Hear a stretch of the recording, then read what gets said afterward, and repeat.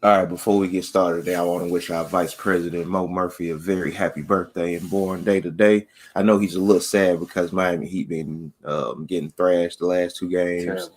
but happy born day to Mo. Celebrate. Hope you feel better because those losses are looking ugly. And with that being said, I'm John W. For sure. And this is the Hoopers Morning Run. So when just about everybody done played game two of the playoff series, played at least two games of the playoff series. Knicks and Hawks tied 1-1. Philly's up on Washington 2-0. Brooklyn's up on Boston 2-0. Denver and Portland is 2-1. 2-1. Denver. Down at third game. Denver's up 2-1. Yep. Luka and Dallas is up 2-0 on the Clippers. Not Phoenix, but the Lakers is up 2-1 on the Phoenix Suns. And Utah is up 2-1 on Memphis. 1-1. They're 1-1. I thought they played Memphis last night too. Game one. Utah took game two. So out of all these games so far, which is the most surprising series at this point right now as far as where the series is at to you?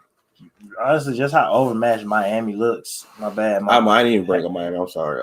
Milwaukee's up 3-0 on Miami. My bad. Yeah, my bad, Mo. Happy born day to you. But they just have looked overmatched in this series. I'm not surprised that Milwaukee is able to take control and take the lead. And I did pick them to win the series, but to be up 3-0 at this point, and it doesn't even look like Miami's going to win a game, honestly. Obviously, when you got players like they have on their team, they're not going to just get swept or whatever. But, Milwaukee, that Drew pickup that we all made fun of, we didn't make fun of it. We just thought that they gave up too much. Not even that they gave up too much. Honestly, in the grand scheme of things, we've all understood that Milwaukee doesn't get free agents. So when you're one of those teams, Milwaukee, Utah, Charlotte, you're gonna do some stuff overpriced. But a lot of people made jokes about them giving up all those picks.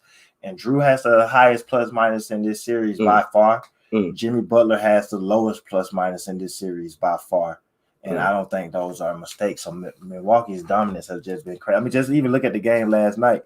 And I'm pulling up the stats real quick. And Milwaukee they were in control of this game easily. But just look at people's numbers. And like Giannis didn't have 50 or nothing like that. Which he had a great game, 17-17. Drew Holiday had 19-12. The first Milwaukee guard with 3 straight games of 10 assists. And Sam Cassell, which shows that point about the Eric Bledsoe that we've been making the last week. Chris Middleton had 22. So it's like standard games. Nobody just went crazy. They're just better than Miami right now. Bam isn't aggressive. Jimmy is obviously being bothered by some of these matchups with Drew. Tyler Hero doesn't exist. Dragic, he was really one of the only consistent players that they was having. He hasn't done nothing. Trevor Reeves, this second straight game I've seen him not score a point. He's your start. He's in your starting lineup, and he's not scoring. Kendrick Nunn has gotten moved to the bench because he's done absolutely nothing, and he told us he did nothing in the bubble last year because he was hurt. So what's happening to Miami has just been it's been shocking that they're just going to destroy Iguodala, giving you nothing.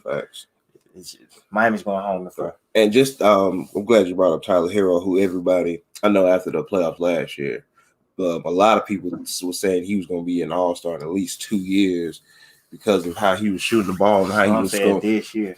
Some did. So that's why I said in 2 years because some did say this year. But of course, I already know what you're going to say. What's the difference this year? But I know a lot of people are bringing this point up too. I know you're gonna go to scouting, and it's easy. I think it's easier to prepare for teams this year than last year in the bowl because it's like you just trying to get there, and you gonna let your. I feel like teams let players play more, and if they thought it was gonna be a closer year, that's when they got into game strategies and game adjustments. But a lot of people it's been more than Tyler Hero, but a lot of people think a lot of players played up a level in the bowl because there was no real fan pressure. There was nothing, it was just you out there on the basketball court against another team. Tyler Hero has done nothing this series for him, and he's supposed to be somebody that's supposed to help stretch the court so Jimmy Butler can get to the mid-range and to the post, and so Bam can look good in the post off some of those handoff passes to a shooter. We all knew that, defense he was going to be a liability on defense. I think me and you both have said plenty of times last year that he's not even he's not a creator for himself on offense, so he's definitely not going to be able to help do that for others, which they need right now. But what's the real difference between Tyler Hero this year and last year? Because even last year during the regular season, he was playing good. He was solid during the regular season last year, but he had a tough year this year. People going to easily just go to the bubble and say a lot of people didn't show they showed up in the bubble because the fans weren't there, so it's not as much pressure, which I think it is some truth to that with it just being an AAU style and you just been able to hoop and things like that. I do think it's slight truth to that. But what I always say is it's just a difference when you're not major on the scouting report and then you go into the next season and you're a key member of what's on the scouting report. Teams are actually really scouting you, not just, all right, look out for Hero, he may do this and that, but teams are really like, all right, we're going to take away what he's doing better. And that really happens during the playoffs. And we saw something during the rookie season with Jimmy missing so many games this year and them needing their guards to step up, Tyler Hero in particular. But I do think there's some truth to the bubble thing, and players have said that too, because you can't just go in there. If there's any team that just want to go in there and just hoop, everyone always said it was Miami. Yeah. I think, that's disregards kind of the season that they was having too, because Miami went into the bubble as a top 3 seed also. So they were just having a great season overall. But when you come into this year and now it's like, all right, Tyler Hero's not a rookie. He's somebody that we're scouting. We're holding on to him and keeping us from trading from James Harden and things like that to putting his value so high. I think that's the difference. And that sophomore slump has always been real. Also, as part of that sophomore slump is because of the scouting reports, and that matters. No, yeah, definitely. I know another player who's been disappointed for Miami. Before I get to Jimmy Butler, is Bam Adebayo, who ESPN had him in front of Joel Embiid on their yearly ranking list. I know a lot of fans was even saying that he was a better center than Joel Embiid. Some fans have even started putting him in front of Ben Simmons as a player, just for the fact that he'll go shoot the ball. But now that he's not shooting the ball in the series, even on open shots, like even in the mid-range, he's not shooting shots, which is supposed to be where he's killing you at. What does Bam need to do to bounce back? What does Eric Spoelstra need to do to put him in a position to help him bounce back? Honestly, it's all about Bam to me. And what's crazy is Bam, everyone agrees on the same thing with Bam, because he still had 17 and 8 last night, 17, 8 and 4. Bam and Anthony Davis are kind of the same to me, Kentucky boys. Shout out to Kentucky. But they both are playing with a player that they respect so much that they don't want to take the lead of the team. I think Bam, I've said it this whole season, when Bam was their best player and Jimmy was out, Miami was struggling because it's like Bam doesn't want to take the hold of being the best player and carrying the team. And we saw how much they missed him last year when he got hurt. It really changed the finals for Miami not having Bam. I think the Lakers probably still would have won, but I think we all would have preferred series with a healthy Bam from the start or whatever. But Anthony Davis kind of had that same issue with the Lakers. It's like Anthony Davis is waiting to see what LeBron do, and then, all right, is it okay if I take over? All right, cool, I'm gonna take over. Bam kind of waits to see if Jimmy's gonna get him the okay to be their best player. And I said last year in the bubble that Bam, if Bam was their best player, they probably would be a real life championship contender. And that's where you see the lack of aggression at times, the lack of just straight, not even taking shots. Obviously, you got Giannis out there, but who's out there to stop Bam from really eating and getting what he wants? And him in the playoffs taking the same amount of shots as Dragic, 14 shots, as the best player. Bam is one of the best 2 players on that team. And their team is struggling. When your team is struggling, you need your best players to be more aggressive. And then more so than anything, with such an elite defender checking Jimmy, you need Bam to do more. Like 17 a game is not going to do it. He needs to be 25 and 10, 20, 10, and 5, 6 assists, because he does facilitate some and handle the ball some. But this is the playoffs, though. It's not crazy to think like I averaged 18, 19 during the season. Now I'm locking in on this team. I'm finna up my game, and I'm gonna average 22, 23 points per game. Like, I don't think Bam is the scorer that Embiid is, so I don't expect him to average 30. But like 17, that's not gonna get it done. 17 points, 8 rebounds, it's just not gonna get it done. No, he facts. And on to to Jimmy Butler, who's absolutely been struggling. I know, there's always been the Miami Heat culture and the Miami Heat play a certain way, but Jimmy Butler seems to be, even then, with only being in Miami for 2 years, he seems to be the figurehead of that mentality, toughness, go out there and work, and, just play hard and just give it all you got. I'm not going to accuse him of not playing hard. Nah, he definitely. I'm not going to accuse him of playing like Jimmy Butler like that. But Jimmy Butler is struggling on an astronomical level. Shout out to T.I.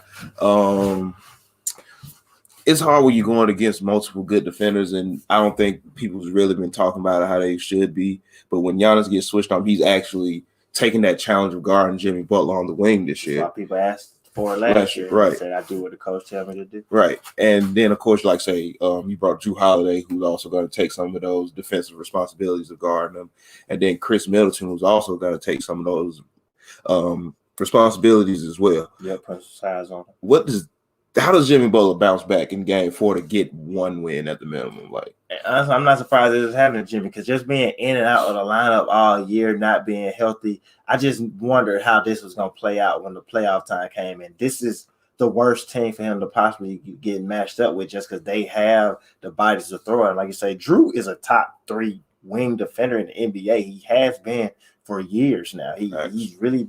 I've seen Drew guard everybody from Kyrie to KD to Dame to Steph. Like, Drew guards everyone, and he's been like that to shout out to the class of 08, but he's been my class, and I don't remember, being in just AAU tournaments and everything. And Drew, the thing that we always knew about Drew is he's going to be elite defensively. It was Drew and Avery Bradley. They were always elite defensively. Right. And that's been such a big difference for this team. So I wonder how Jimmy was going to come into the series being hurt.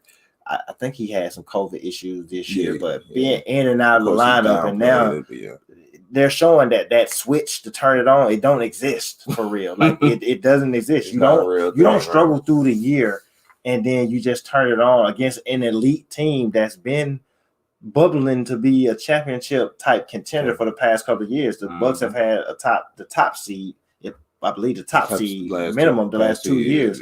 MVP the last 2 years, defensive player of the year.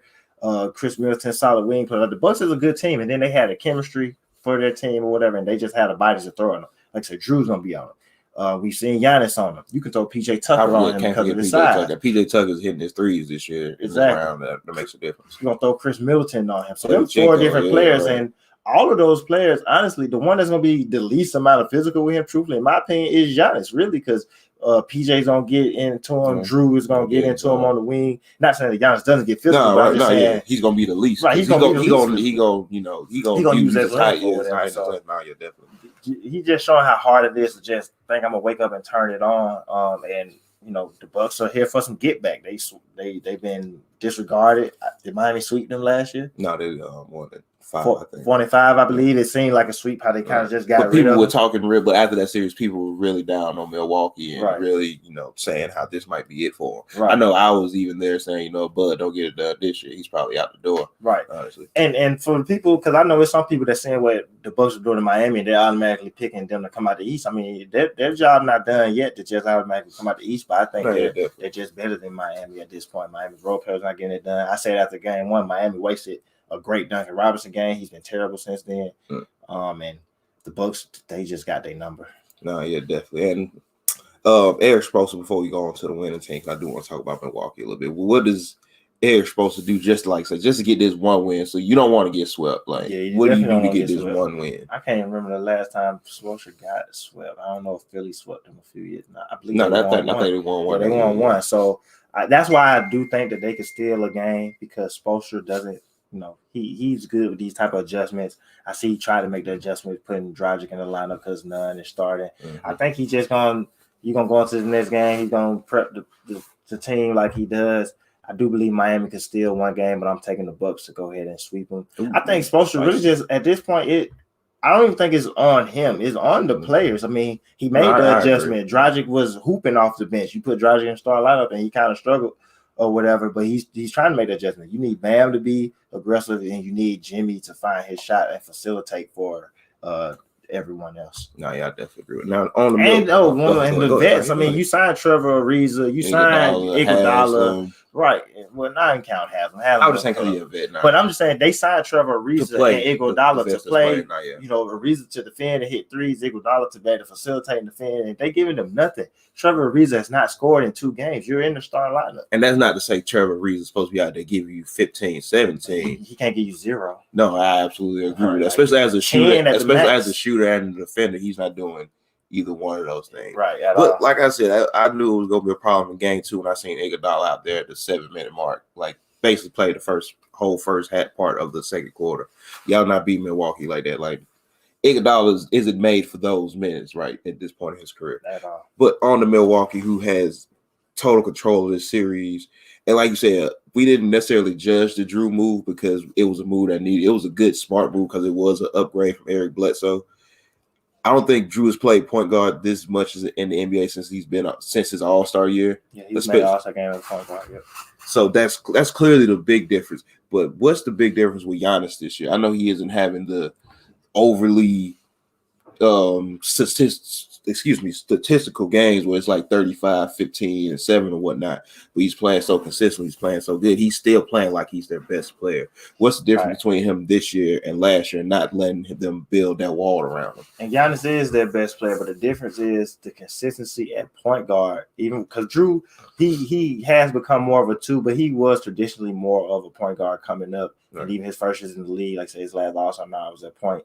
But teams have put him at the 2 just because of how the game has changed or whatever, and because he was never the traditional Stockton point guard, but he was a point guard. So I get why he played point guard. But the difference is expanding Giannis' game to not think that we're just gonna put the ball in his hands and that's how we're gonna win our game. I've been begging for them to run, and you've been saying it too, more screens to get him not in the post to necessarily bang someone, but Giannis is getting the ball in the post, and he's done it a good amount this year. That the Phantom 3 getting better, like people have said, has not been real. Giannis threes, even he's showing a career high this year, 31%, 20-some%, whatever. Mm-hmm. But what he's gotten better at this year, what I've been begging him to do, they're starting him at the top. He's making that pass. He's cutting through the lane. He's getting it in the post, and he's hitting folks with that fadeaway jumper that Kobe gave him. RP Kobe. Like Giannis can handle the ball, but they got to a point where he was going to be their point guard at times. It was just stupid. Not saying he can't bring the ball up. He can bring it up occasionally, but their whole offense was him handling the ball, and that just wasn't. You was making him too easy to be defended, as you said, with building that wall because people know that he can't shoot. He can't shoot threes. But Giannis will knock down those mid ranges. He'll knock down a free throw line jumper, even though he doesn't shoot free throws that great. But he will hit a free throw jumper. But they've been going to him in the post, and he's going over that right shoulder. He's going over that left shoulder. Like he was watching some KG this offseason. and he's just that adding that wrinkle to his game, making him more versatile. In the most versatile era ever of players, we've made so many players so one-sided. Like he can only handle the ball or he can't get it in these other positions. And I think Bud finally moving him around. And I think Drew being the key to that, consistent, because you couldn't depend on Eric Bledsoe. Shout out to Eric Bledsoe. He's a solid dude, and he has had a solid career. But he really wasn't helping Milwaukee on either side of the ball these last few years. Right. But just knowing what you're going to get out of Drew, knowing you can put the ball in his hands, knowing he can be consistent, and Chris Middleton kind of stepping up at times, have been able to make Giannis a little more versatile. No, yeah, definitely. And like I think it's more of an aggression too. Like even when he's dribbling the ball at the top, he's more determined to get to a spot, even if that's moving the ball and cutting to the rim or creating for himself to get to the rim. But last year they put Jimmy on Giannis because Giannis playing on the perimeter. Now Jimmy on Giannis in the post, and he you too little. He's shooting over him. And Giannis handles look a lot better this year as well. Like he's not dribbling as much. He's limited into instead of him just trying to dribble, set up the play, run the offense. Like he was never that player. No disrespect to Giannis. He was never that player, and expanding his game, making him more versatile, is going to legit make him a top 5 player in the NBA. People try to rush him to being the best player in the league, but you expanding his game, he's legit going to be a top 5. I fear more Giannis shooting mid-range jumpers than I do him from the 3. You could take all them threes. I don't care if he shoot a career high 33% next year. I'm giving Giannis every 3 he wants. But I don't want him in the post on me. I don't want him attacking the basket. I don't want him comfortable free throw line to the paint area. No, yeah, I feel you. So the Mavericks are up 2-0 on the LA Clippers. We did not see this coming. Maybe 1-1 split going into Dallas. 1-1. Didn't think they were gonna get swept at all. No, yeah, gonna be a tough matchup. No, yeah, no. Neither. I don't think either one. I don't even think the Clippers are gonna get swept at this point. I think it's a better chance of the Clippers coming back and winning at 6 than they do get swept.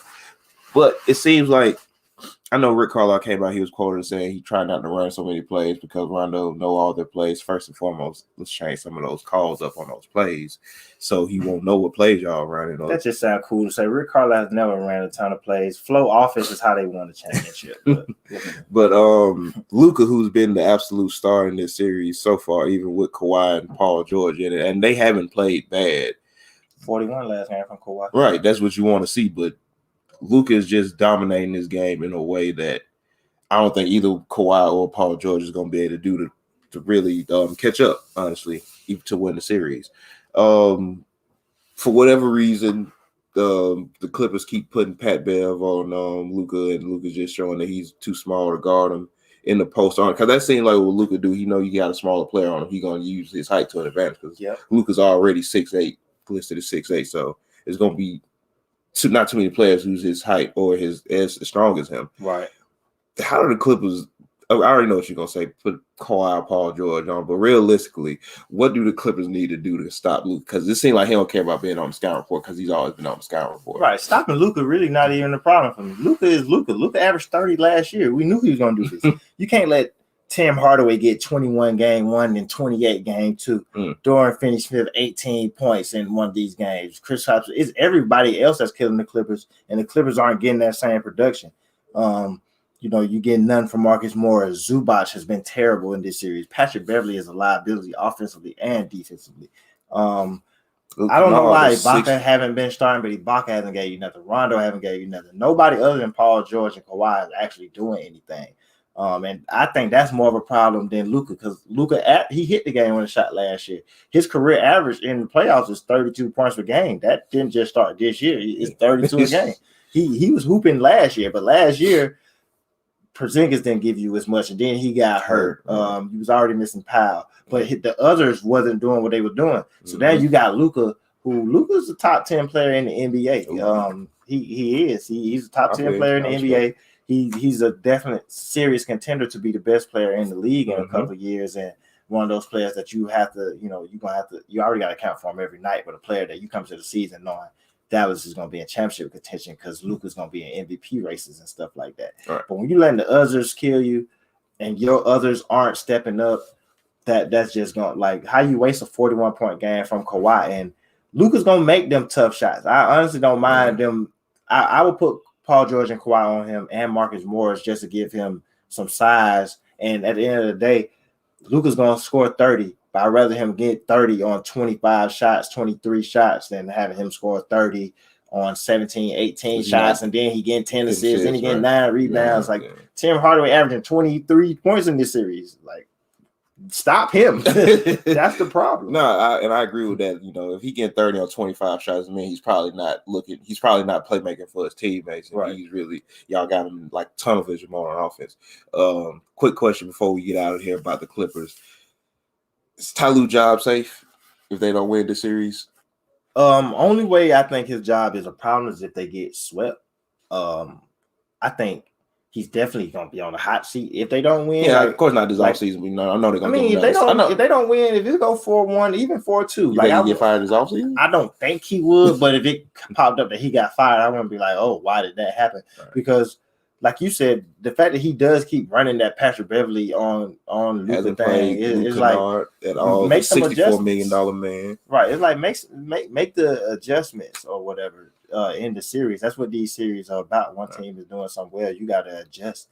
And you do need to find minutes for other people, because if you're not getting offense from other players, Luke Kennard should be playing more. I don't think he played so terrible this year that he shouldn't be on the court, right. And he's just not on the court. I don't think he kept Lou Will off the court before Lou got traded. Exactly, and he did keep Lou Will off the court, and Lou looks like a much different player in Atlanta than he was with the Clippers. So Ty Lue has to make the right adjustments, honestly, going forward. Or if he doesn't, then that even though he's so early into his career with the Clippers, if he don't make the right adjustments, I don't think it would be far-fetched to get rid of him, because you didn't bring him there to win in the regular season. And at the end of the day, it's not like they finished with the top seed. They finished in 4th. Right. So it's definitely going to be tough for Ty if they don't make it out this series, especially if it doesn't go 7. But I think the Clippers are going to win the series. I do not expect Tim Hardaway to continue to get 28 points on 9 for 14 shooting.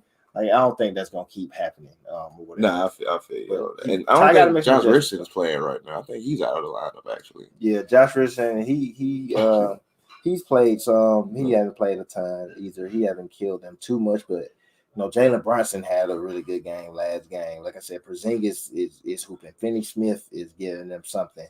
It's all of the others that's continuing to carry Dallas or whatever, while we just not getting that from the Clippers.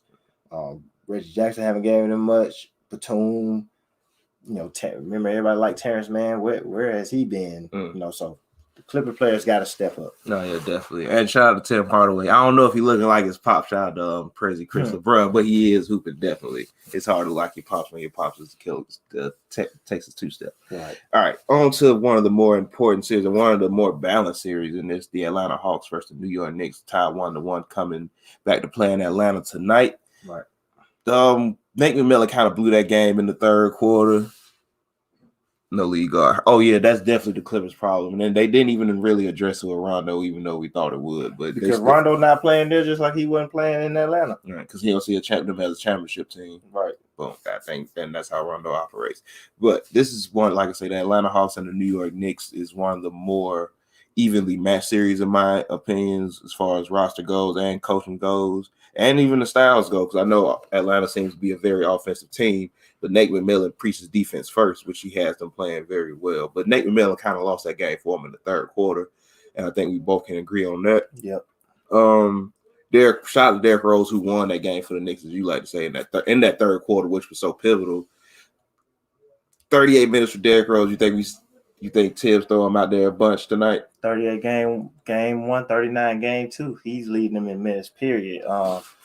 Derrick Rose says that he can handle the minutes. He said he's on his feet 2 hours a day in practice. So, what's the 39 minutes that he plays in a game, which I like to hear from him. But I think they need every minute of Derrick Rose. If Derrick Rose doesn't play game 2, the Knicks lose by 20. And y'all can't argue with anything else. I mean, he kept them in that game.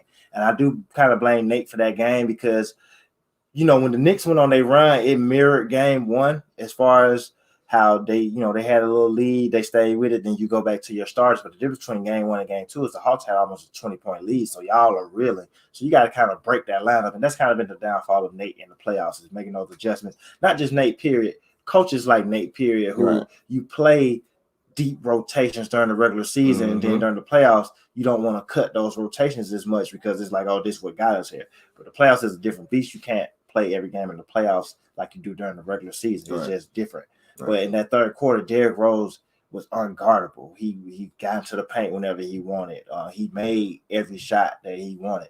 That 41% he made from the three holds up during the playoffs, and he was just huge.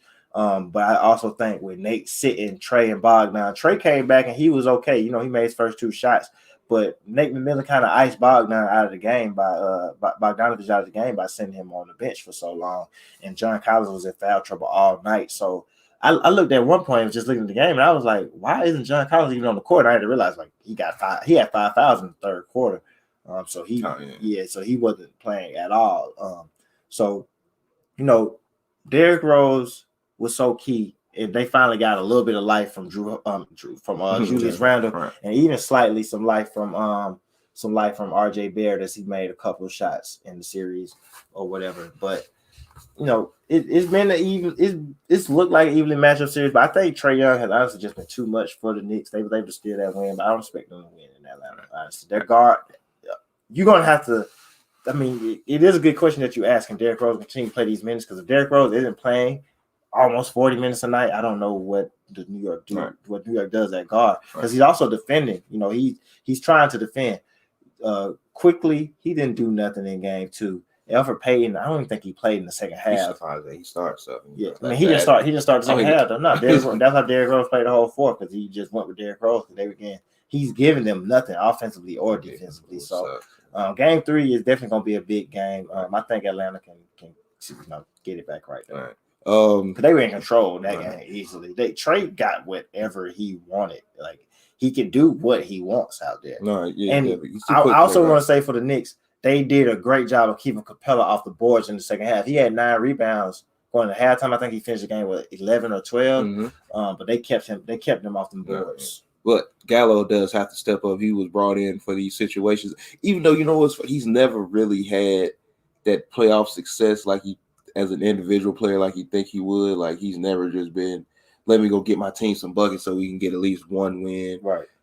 But we did have high hopes because he's just, he's a shooter and he's just a scorer for Atlanta to go to.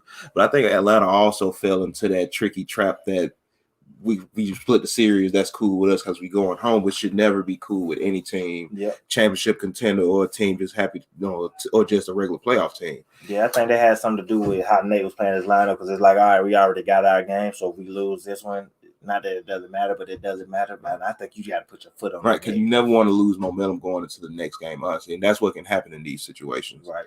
Yeah, and you got to keep them down when they're down. Honestly, that's why I think he should have broke it when they couldn't score. He should have broke his rotation, and at the minimum went back to Bogdan because Bogdan it was looking like a top 10 shooting guard out there. Like he's hitting step backs, he's hitting mid ranges, he's making threes, he's off the dribble, getting to the paint. He's really doing a lot. So I agree with your point about Gallinari. I respect Gallinari. I think he does have a strong offensive player package.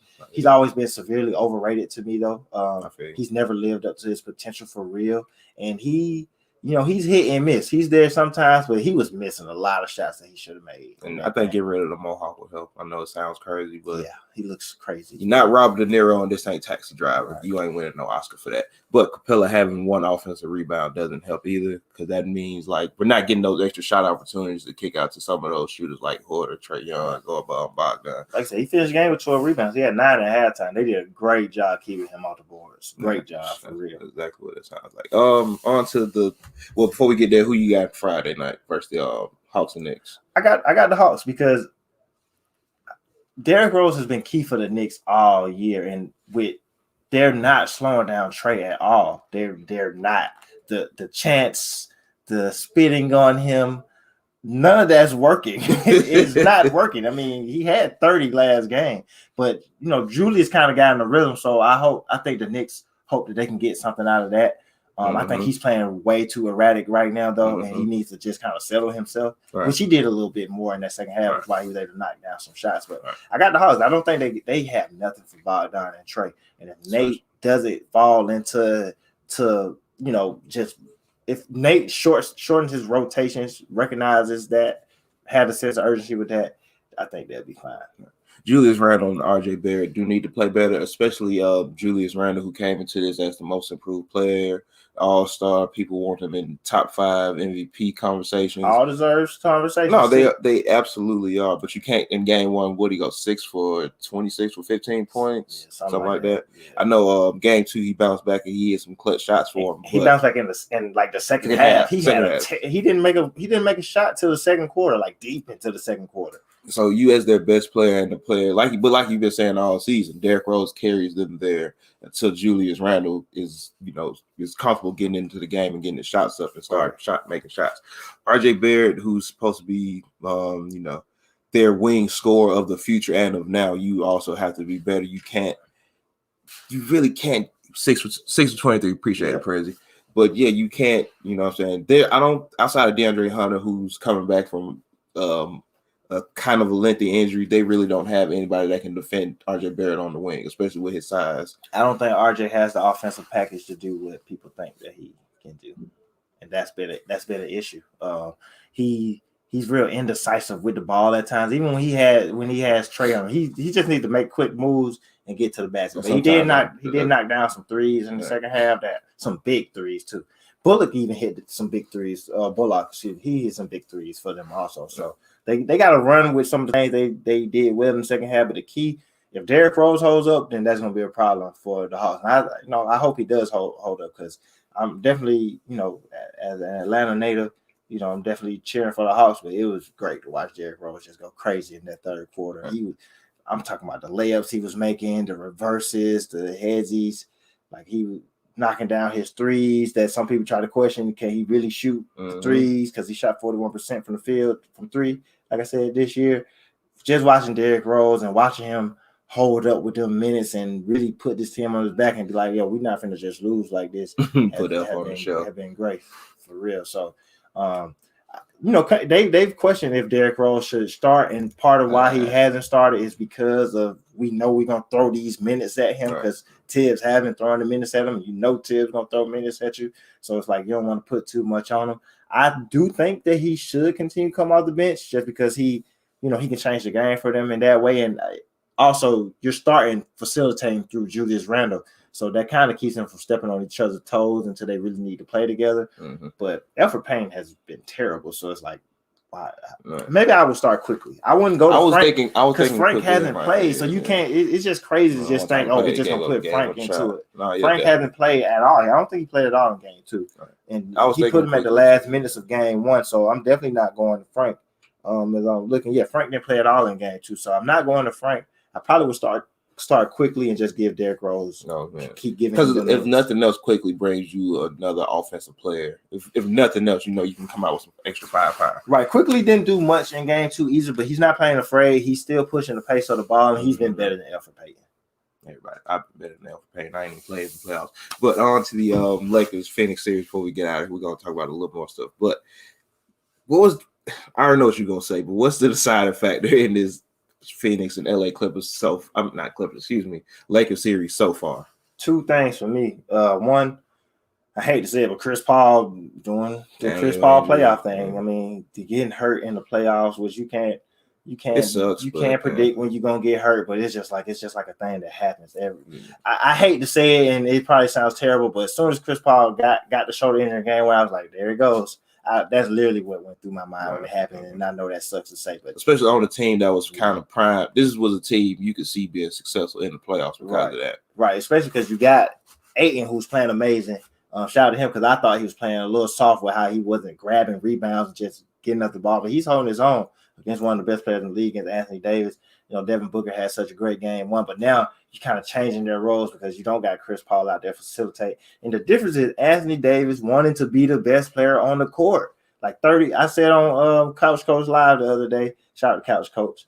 Anthony Davis is going to have to get 34, 35 points, and he's gotten 34 and 10 the last 2 games. Anthony Davis is the Lakers' best player. He needs to play like it. Stop waiting on LeBron, who at this point in his career just came off the longest injury of his career. Stop waiting on LeBron and be aggressive. Because realistically, LeBron is waiting on you. Like, LeBron is trying to not feel his game out, but he's trying to see how aggressive Anthony Davis can be so he can figure out where he need to pick up his spot set. Right. They need Anthony Davis to hold everything down, and then LeBron can close out the game, close out the series, close out the finals. But Anthony Davis has to be their best player. He might kind of have to be their closer in a sense too, since he's a better free throw shooter than LeBron. But his game, just watching them at times, just seems so much like he's waiting on LeBron. It's like, bro, you're the best player on the team.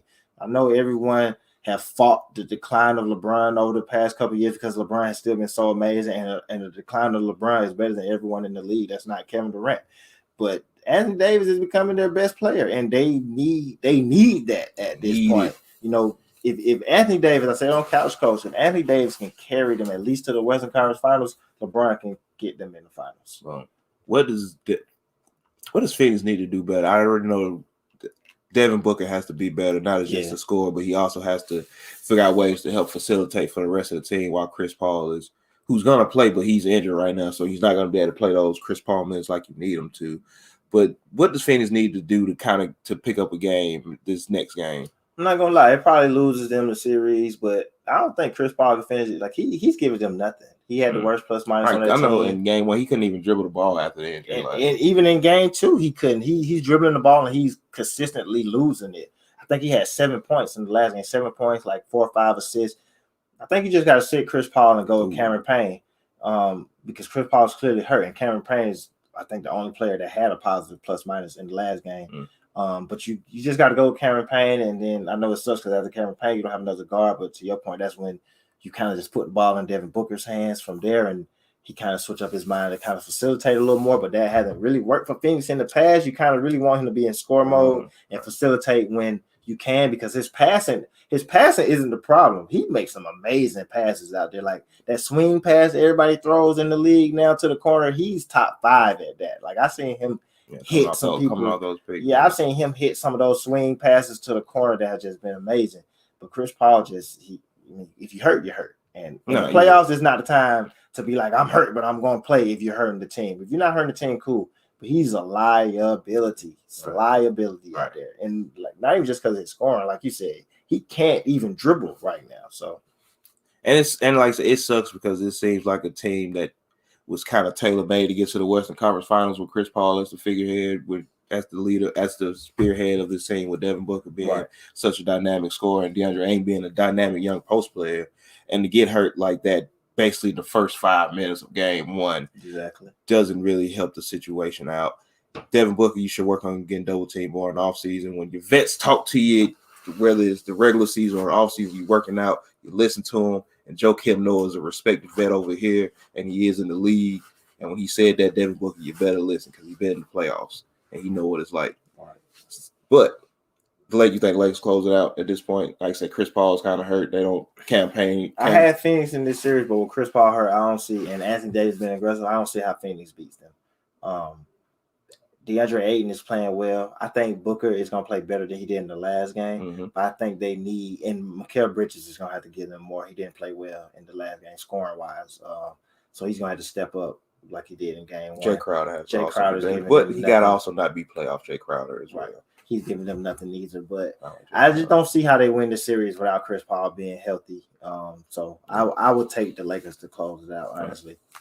Right. And before we pick winners of the upcoming games, there's been a couple fan incidents over just this past week alone in the playoffs involving a few players, like you mentioned earlier in the show. Trae Young was spit on by a Knicks fan, and Westbrook got popcorn thrown on him as he was leaving the game with an injury. Right. And it was actually what I just read this morning. Apparently, it was a situation with Ja Morant's family. Yeah, I was just Utah. I didn't even know about that. I literally read that this morning. Yeah, T. Morant, his dad, says a couple fans were saying some things, some racist things, and just some disrespect. Racist in Utah? Yeah. No. Shout out to Vernon Maxwell, Houston Rocket legend, who makes it be known that Utah is a very racist city. But and Kyrie pointed something out about Boston crowd too, which a lot of players and people have alluded to over the years. But fans are getting. There's a thing where you can. Jeer, boo players, F Trae Young in New York or whatever. FKD, apparently Knicks was saying that at some point during the season, or I guess it was after the game when they were chanting on Brooklyn. Yeah. There's a level that fans can get to without it crossing the line and becoming disrespectful. But even over the past couple of years, I know it's happened a lot, but I'm an adult now, so I do notice it more now. Of course, both the Philly and the Knicks did the right thing. They took their season passes away, ticked away. They banned them indefinitely. It should just be for life, not indefinitely. Like I know the Philly said that the guy can't come back to anything in Wells Fargo Arena indefinitely. Like it should be for life. I don't care. I know it's more going to be on the team, arenas, individual security. But what does the NBA need to do? Outside of letting players just punch a fan to really help with this? Honestly, it's nothing that they can do because you can't predict that people are going to do this type of stuff. But people just have a certain sense of entitlement that's gotten kind of crazy. That I have to agree with Westbrook with that they just get crazy with it. And I had two things that I thought about. I was like, I personally didn't have a problem with the F Trae Young thing, the problem with it comes with you use that type of chat and you got people that take it too far. That's why saying F Trae Young is a problem because then you're gonna have them people that's really like, oh yeah, like it's just a game. Because a lot of people will look at spitting as like one of the worst things. Trae Young was worse than the dude pouring the popcorn on absolutely on Westbrook. And I think if he really knew that dude spit on him, he probably would have hit him. And that's what he should have done. The best thing that I say could have done, like what I've said, I told you this off camera yesterday, but like if I was Westbrook or even Trae Young and I knew that happened, I would address it immediately. Like, Westbrook was finna go fight the fan. Obviously, they're not going to let you fight the fan. And maybe this is drastic. This is just how I think. But I literally would have walked onto the court. Westbrook, I'm not going to the back. I would have walked on the court and we would have pointed out the fan right then who did it. And it was going to be addressed then. We're not going to address it the next day. We're not going to address it a week now after y'all do y'all investigation. I would have told Doc them no disrespect. I'm not being salty about y'all winning, but this dude shouldn't be able to do that. I don't got a problem when fans talk trash necessarily. You don't want to get racist. You don't want to get personal. But when fans say certain stuff, because I've always had an issue when Westbrook gets mad at fans saying certain things to him because he is known for looking in the crowd saying F you, F this, F them. And then so when a fan says that back to you, I don't need you crying about it. But when you start pouring stuff on people, spitting at people, touching people, being racist, they need to be addressed right then. Like, give them the attention that they want. Address them right then. I would literally stop the game and be like, we need to find out who did this. It needs to happen right now.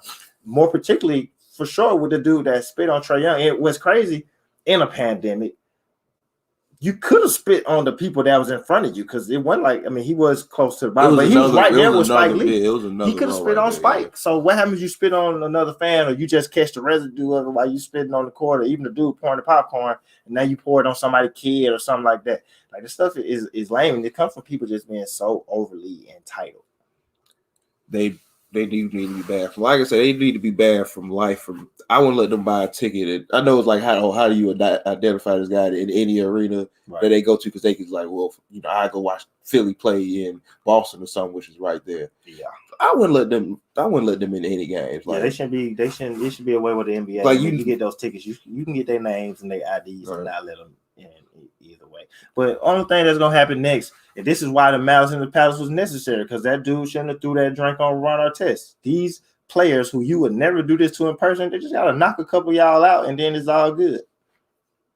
But the problem with the Malice in the Palace is those people was able to do what they want, and I don't know what happened to them after. I'm sure people got banned, but then you suspend the players for so long. We only hear about the players getting suspended. You suspend the players for so long that you're overlooking what happened. Like, Ron Artest shouldn't have been suspended for the whole season. Man went out of his way to throw a cup at him while he was sitting on the stands, not even being involved. And not even an empty cup. Like, an empty cup wouldn't have made a difference, but like.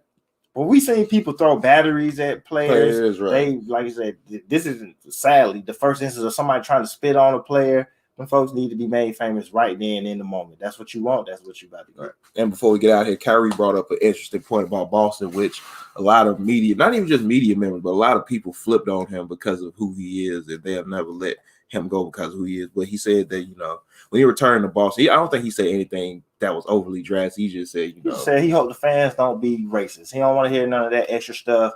Boo, do this and that, but keep the racism to yourself. And of course, a couple people have come out. I know Marcus Smart, they asked Marcus Smart about it, and he said he's definitely felt it before and heard it. And of course, he was in the incident with the police last year, right? Where they was in Tribune, right? Where he was they were clearly going to arrest him before they realized he was a Boston Celtics player.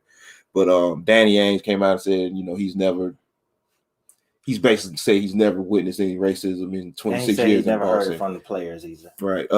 Kendrick Perkins basically told Kyrie Irving to stop complaining and play basketball. Yeah, he said he also didn't witness it when, as a player there or as an opponent, he never witnessed it. And I think when you do stuff like that in real life or in basketball, when it comes to fans, you kind of are neglecting things that are real. And I don't care what people say, we are the hoopers, we're not the politicians. Racism is a real thing, even in 2021. And no, everybody doesn't feel it the same way, and everybody doesn't even express it the same way. But for y'all to shrug off Kyrie Irving's, saying that he doesn't want any, he don't want the crowd to be racist towards, not even just him, but his teammates as well, because it's going to bleed into that. And y'all just kind of dismiss it with Kendrick Perkins, I ain't experienced that, and Danny Ainge, well, I've never heard it. We know Marcus Smart has said something about it. Bill Russell, the greatest Celtic ever, has said something about it.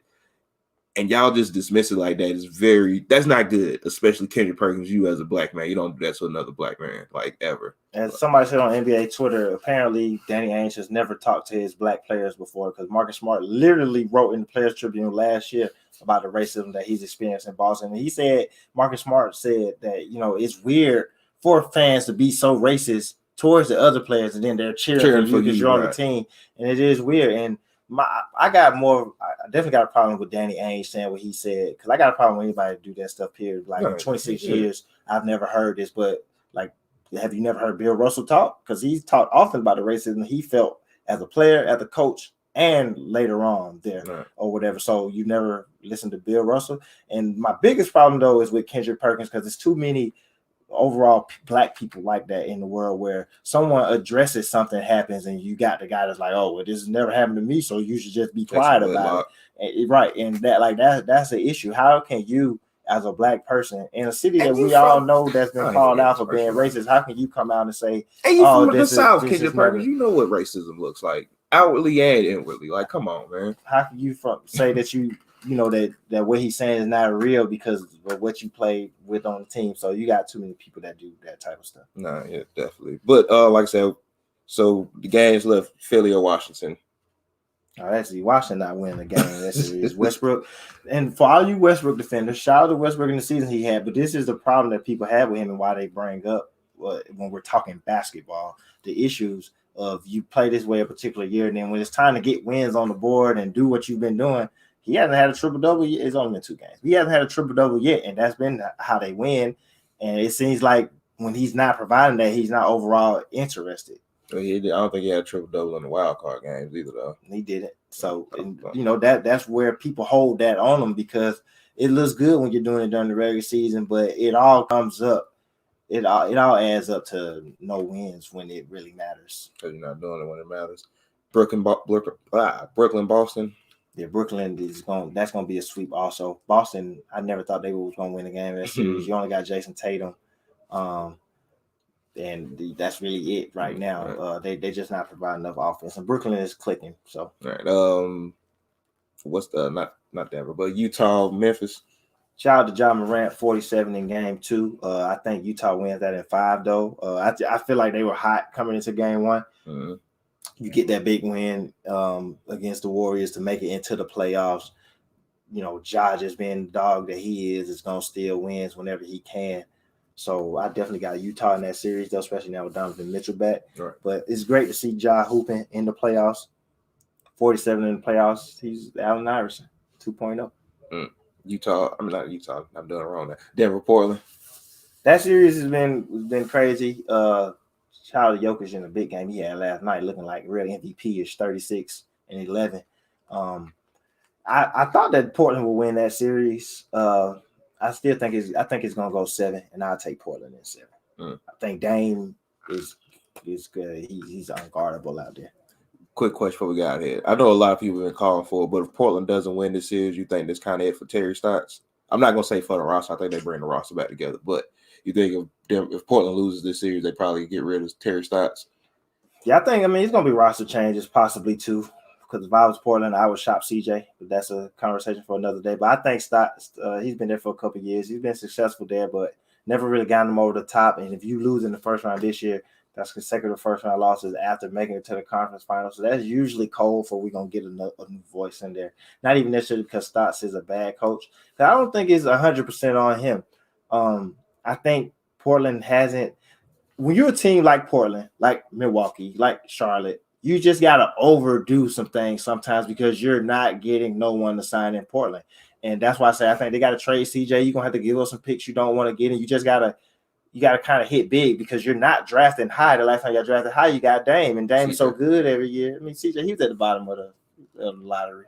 But I'm talking top 10, top 5. Yeah. Those – If you can get a player 10 for 15 to change your franchise, that's what's up. It doesn't happen all the time.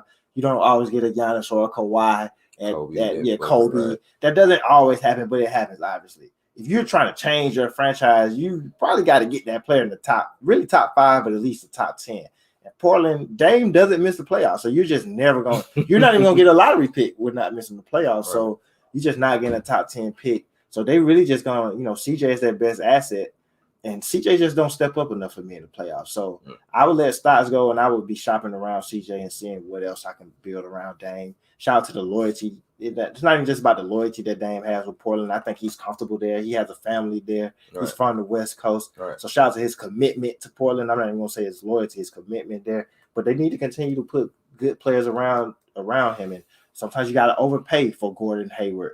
You got to trade 3 first-round picks and 2 pick swaps with Drew Holiday if it changes the outlook of your team. Right. So that may be a call for the GM needs to be looked at also. No, yeah, I think that's the one particular part that always get looked over when it's time to rebuild these teams. The GM, who deserves as much credit as the players and he's building the roster. I mean, you the one that signs Robert Covington and Derrick Jones Jr. And I don't know if Derrick Jones Jr. is hurt right now, but he hasn't played in the playoffs. And Covington, he had 11 rebounds last night. But he's looking real 76er-ish for Portland, where he didn't show up for the 76ers in the playoffs, which is why they moved him. But hey, that's just another story for another day also. But with that being said, I guess I'm pretty sure that's the end. I'm pretty sure y'all done got y'all good wind in there. Y'all legs probably tired and cramping up at this moment. But you got anything else for the people? No, other than that, just as always, shout out to all the viewers, the listeners of the pod. As you know, it's Friday, so you can catch us on Nothing But Net radio through the Dash Radio app tonight, 8 p.m., 5 p.m., 8 p.m. Eastern time, 5 p.m. West Coast time. So it's on 2 time zones that matter. Right, and it's what was I gonna say? You can catch us Monday and Friday, for that same thing. So just go ahead to your app store, download the Dash Radio app, and go love that Nothing But Net channel. There's also a lot of dope content from the Off the Ball Network family on there. Period.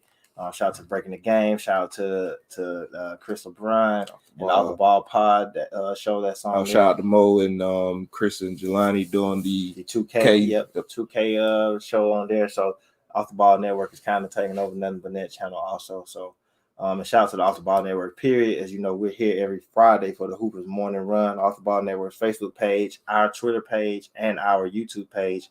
Search the Hoopers on YouTube. And it's Hoopers Pod on Twitter. Yeah, Hoopers Pod. Yeah, right. And then if other than that, you want to catch us during the week, we anywhere podcasts are available: Apple, Spotify, iHeartRadio, Pandora. So we international in that sense. So shout out to the Hoopers. And with that being said, I'm John W. It's Fresh X. This was another Hoopers Morning Run. All right, later, players. See y'all next week.